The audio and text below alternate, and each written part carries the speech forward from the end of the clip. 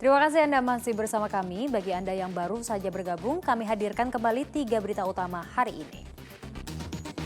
Memiliki sabu-sabu seberat 68 gram, personil Polda Sumatera Utara ditangkap prajurit TNI Kodim 0208 Asahan. Ingin kuasai harta korban, seorang perempuan dibunuh oleh pria di kota Tebing Tinggi. Ibu hamil tewas di mangsa buaya di aliran Sungai Kualuh, Desa Teluk Binjai, Labuhan Batu, Utara.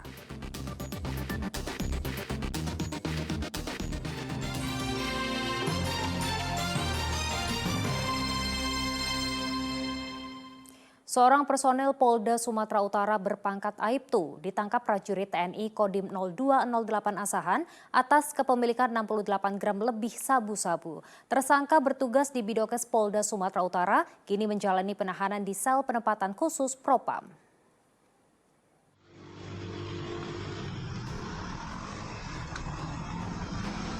Aibtu Fidel Fernando Bate ditangkap oleh 8 prajurit TNI di Jalan Lintas Sumatera, Kelurahan Sentang Kisaran pada 6 Juni lalu. Aibtu Fidel dicegah saat mengendarai mobil. Ketika digeledah di dalam mobil ditemukan 68 gram lebih sabu-sabu, 6 unit telepon genggam, timbangan elektrik, plastik lip serta seragam polisi. Aibtu Fidel diduga berperan sebagai pengedar. Setelah berkoordinasi dengan Polres Asahan, tersangka dibawa ke Direktorat Reserse Anti Narkoba Polda Sumatera Utara. Jadi status dia itu adalah anggota yang dititipkan karena sakit dalam rangka berobat. Jadi bukan tenaga medis, dokter, ataupun perawat seperti itu. Kita masih dalam itu, tetapi yang jelas bahwa tindakan terhadap oknum-oknum anggota yang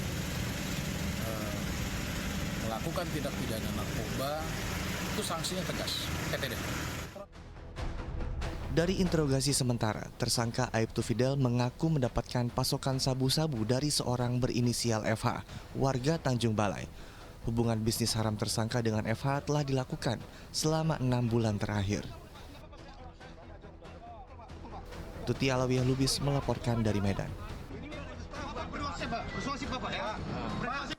Ibu hamil korban di mangsa buaya di aliran Sungai Kualuh, Desa Teluk Binjai, Kabupaten Labuhan Batu Utara, ditemukan tewas mengambang di aliran sungai.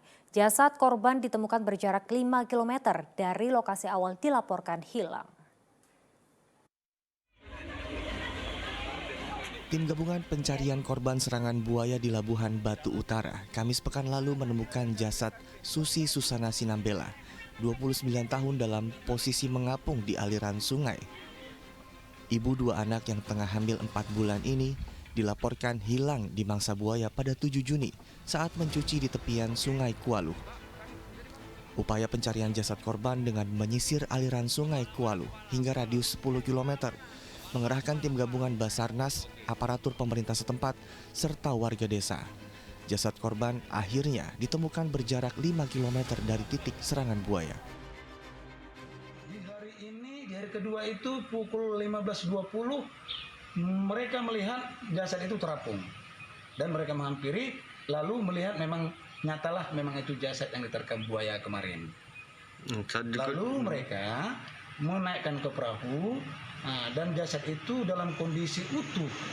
Tidak ada rusak parah, hanya direm-direm saja di sebelah betis kaki kirinya, dan kemudian diserahkanlah ke pihak keluarga di dusun Sungai Prangenan Desa Teluk Binjai itu. Setelah dievakuasi, jasad korban diserahkan kepada keluarga untuk dimakamkan. Sebelumnya seorang ibu hamil 4 bulan hilang di mangsa buaya saat korban mencuci pakaian di tepian sungai. Suami korban sempat berupaya menolong korban, namun pegangan tubuh korban terlepas akibat hempasan seekor buaya.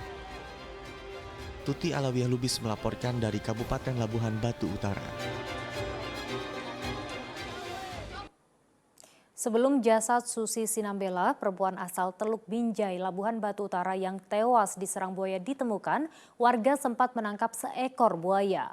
Warga kemudian membelah perut buaya untuk mencari jasad korban. Konflik antara manusia dengan buaya di Sungai Kualu Hilir, Desa Teluk Binjai, Kabupaten Labuhan Batu Utara membuat warga setempat menggelar ritual. Mereka berkumpul di tepi Sungai Kualu Hilir, menabur beberapa bunga untuk memanggil buaya pemangsa.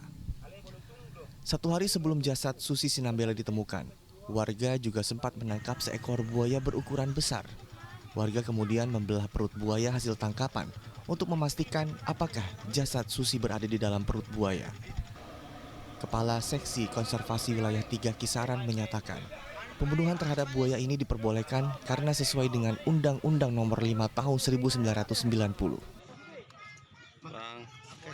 Kapolsek meminta izin kepada saya dan saya juga mengkoordinasikannya ke Medan dan Jakarta, dan diperbolehkan untuk menyembelih buaya tersebut, di mana telah diatur bahwa di Undang-Undang 5 tahun 90 diperbolehkan buaya itu dibunuh apabila sudah membahayakan jiwa manusia.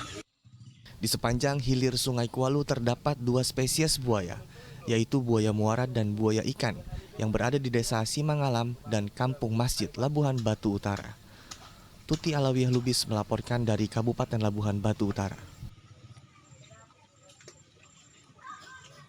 Jasad pria remaja yang hanyut dan hilang di Sungai Asahan, Parmakisan, Kabupaten Toba berhasil ditemukan. Korban ditemukan 100 meter dari lokasi awal korban hilang. Pada hari ketiga pencarian, tim gabungan dari polisi, TNI serta Basarnas berhasil menemukan jasad Anju Pasaribu, seorang remaja yang jatuh dan hilang di Sungai Asahan, Desa Siantar Utara, Kecamatan Pamakisan, Kabupaten Toba. Jasad korban ditemukan mengapung di permukaan air tidak jauh dari lokasi pertama kali korban terjatuh dari kapal dan tenggelam. Usai dievakuasi, jasad korban kemudian dibawa ke RSU Porsea untuk selanjutnya diserahkan kepada pihak keluarga.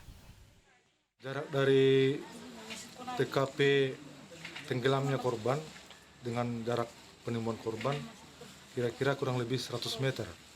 Ditemukan dalam keadaan sudah terapung di tengah sungai dan langsung bergerak tim gabungan, tim pencari korban dari Polri, TNI, Basarnas dan PBB Kabupaten beserta masyarakat.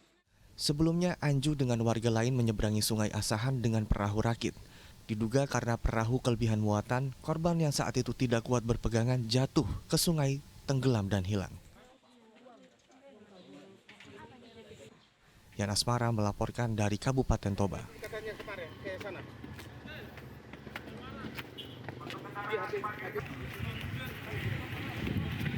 Kita beralih ke informasi lainnya. Ratusan massa dari Pemuda Batak Bersatu atau PBB berunjuk rasa ke kantor Wali Kota Medan pada Kamis lalu. Mereka menuntut pemerintah segera menyetop aksi radikalisme dan intoleran serta pelarangan beribadah bagi umat beragama di Kota Medan.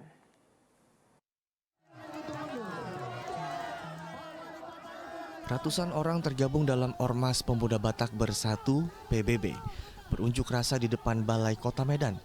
Mereka meminta Wali Kota Medan, Bobi Nasution, menjamin kebebasan beragama di Medan. Dalam unjuk rasa itu, PBB menyinggung soal Jemaat Gereja Elim Kristen Indonesia, GEKI, yang dilarang oleh masyarakat di Suzuya, Medan, Marelan.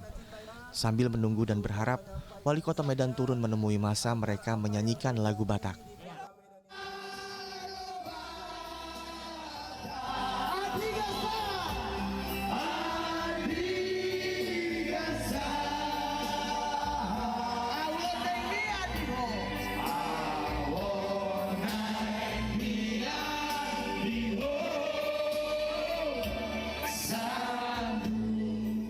Wali Kota Medan Bobi Nasution pun bertemu massa setuju dengan aspirasi yang disampaikan oleh PBB.